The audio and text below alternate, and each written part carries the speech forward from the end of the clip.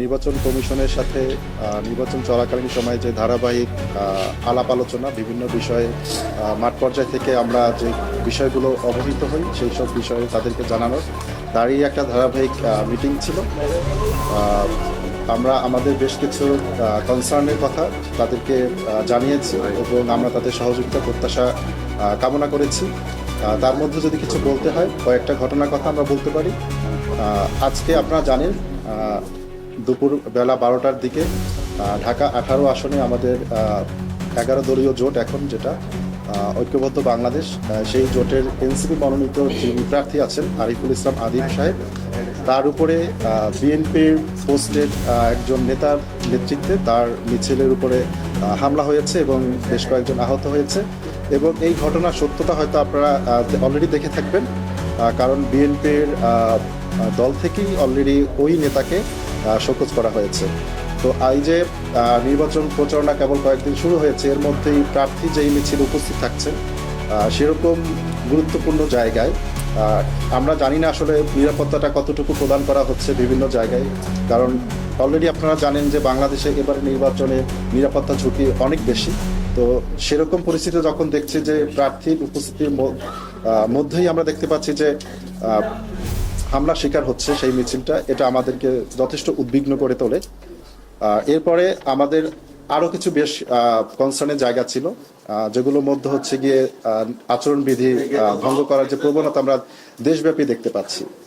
আমরা নতুন বাংলাদেশ চাই, সেই নতুন বাংলাদেশ চাওয়ার মানে এটা নয় যে নির্বাচনে যেই দলটা জিতবে তারা নতুন বাংলাদেশ প্রতিষ্ঠা করবে, কেবল সেটাই নয়। আমরা মনে করি এই যে নির্বাচনী যাত্রা শুরু হয়েছে সেই নির্বাচনী যাত্রাতেই নতুন বাংলাদেশটা কেমন হওয়া উচিত সেটার প্রতিফলন আসলে সবগুলো দলের দেখানোর একটা নৈতিক দায়িত্ব রয়েছে। সেই দিক থেকে আমাদের যারা প্রার্থী আছেন তারা যখন প্রচারণা চালাচ্ছেন তখন তারা সর্বোচ্চ সেই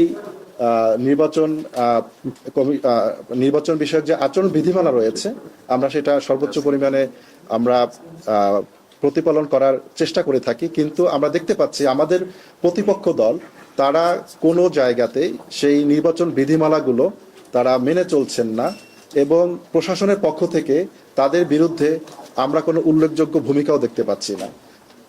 আমরা দেখতে পাচ্ছি রাত 3টা 4টা পর্যন্ত একটি দলের আমরা সমাবেশ হতে দেখছি, অথচ নির্বাচনী যে আমাদের বিধিমালা আছে সেখানে স্পষ্টভাবে বলা আছে রাত 8টার পরে মাইকের ব্যবহার করা যাবে না। কিন্তু আমরা দেখতে পাচ্ছি যে বড় বড় ধরনের সাউন্ড সিস্টেম ইউজ করে তারা সেই সমাবেশগুলো করছেন এবং এগুলো যখন অবাধে হতে থাকে তখন দেশব্যাপী একটা বার্তা ছড়িয়ে পড়ে যে বাংলাদেশে বোধহয় আসলে নির্বাচনী আচরণ বিধিমালা যেটা রয়েছে সেটা মানার কোনো দরকার নাই। তো আমরা নির্বাচন কমিশনকে এই বিষয়টা অবহিত করেছি। আমরা চাই নির্বাচন কমিশন সুস্পষ্ট এবং প্রয়োজনীয় কার্যকরী পদক্ষেপ গ্রহণ করুক যাতে করে সকল প্রার্থী নির্বাচনী যেই আচরণ বিধিমালা রয়েছে সেগুলো মানতে বাধ্য হয়। এরপরে আমরা আরো কিছু বিষয় আমরা লক্ষ্য করেছি, বিশেষ করে ঢাকা 8 আসনে আমরা দেখলাম নির্বাচনী বিধিমালায় বলা আছে যে সরকারি কোনো প্রতিষ্ঠান ব্যবহার করে নির্বাচনী প্রচারণা করা যাবে না, কিন্তু আমরা আজকেও দেখতে পেয়েছি সরকারি প্রতিষ্ঠান ব্যবহার করে ওখানকার যিনি বিএনপি মনোনীত প্রার্থী আছেন তিনি সভা করছেন, এর আগেও তিনি সরকারি প্রতিষ্ঠানে সভা করছেন।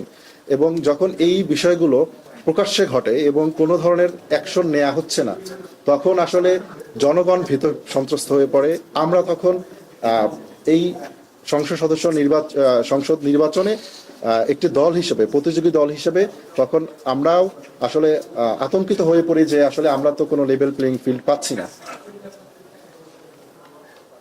আপনারা এটা অবগত আছেন যে এই নির্বাচনে কোনো ধরনের পোস্টার করার বিধান নিষিদ্ধ করা, এই নির্বাচনে যে কোনো ধরনের পোস্টার টাঙানোর যেই আমরা এর আগে দেখেছি সেগুলো নিষিদ্ধ করা হয়েছে। কিন্তু আমরা দেখতে পাচ্ছি বিভিন্ন আসনে, বিশেষ করে ঢাকা 17 আসনে আমরা দেখেছি যে বিভিন্ন জায়গায় পোস্টার টাঙানো হয়েছে, যেটা সুস্পষ্ট নির্বাচনী যে আচরণ বিধিমালা রয়েছে সেটার লঙ্ঘন। এরপরে আমাদের আরেকটা বিষয় আমরা উদ্বেগের সাথে জানিয়েছি, সেটা হচ্ছে গিয়ে বিভিন্ন যেই ভোট কেন্দ্রগুলোতে যেই পোলিং প্রিজাইডিং অফিসার যারা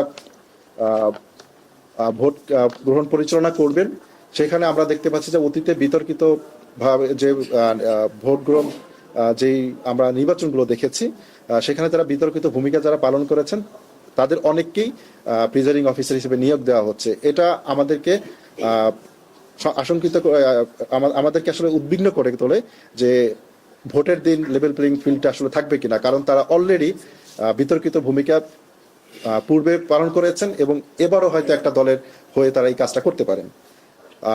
এরপরে আমাদের আরো কিছু বিষয় ছিল, তার মধ্যে একটা হচ্ছে কুমিল্লা 4 আসনে যারা প্রার্থী আছেন। আপনারা জানেন এখানে আমাদের এনসিপি মনোনীত প্রার্থী জনাব হাসনাত আব্দুল্লাহ। তো ওই আসনে যাতে যারা প্রার্থী আছেন, আপনারা অলরেডি জানেন যে ওখানে বিএনপি মনোনীত যিনি প্রার্থী তিনি তার প্রার্থিতা হারিয়েছেন, কারণ তিনি ঋণখেলাপি একজন। কিন্তু আমরা আশঙ্কা প্রকাশ করছি যে ওই আসনে যারা অন্য প্রার্থী আছেন তারা সুষ্ঠুভাবে নিরাপত্তার সাথে তারা নির্বাচনী প্রচারণা কাজ এবং ভোটের দিন পর্যন্ত তারা মাঠে তাদের কার্যক্রম পরিচালনা করতে পারবেন কিনা, সেই আশঙ্কার বিষয়টা আমরা ইসিকে জানিয়েছি। আমরা ইসিকে অনুরোধ করেছি যাতে করে তারা প্রয়োজনীয় ব্যবস্থা গ্রহণ করেন যে ওই আসনে সকল প্রার্থী, সে যে দলেরই হোক না কেন কিংবা স্বতন্ত্রই হোক না কেন, তারা সকলেই যেন নিরাপত্তার সাথে তাদের নির্বাচনী প্রচারণা এবং নির্বাচনী কাজ চালিয়ে যেতে পারেন।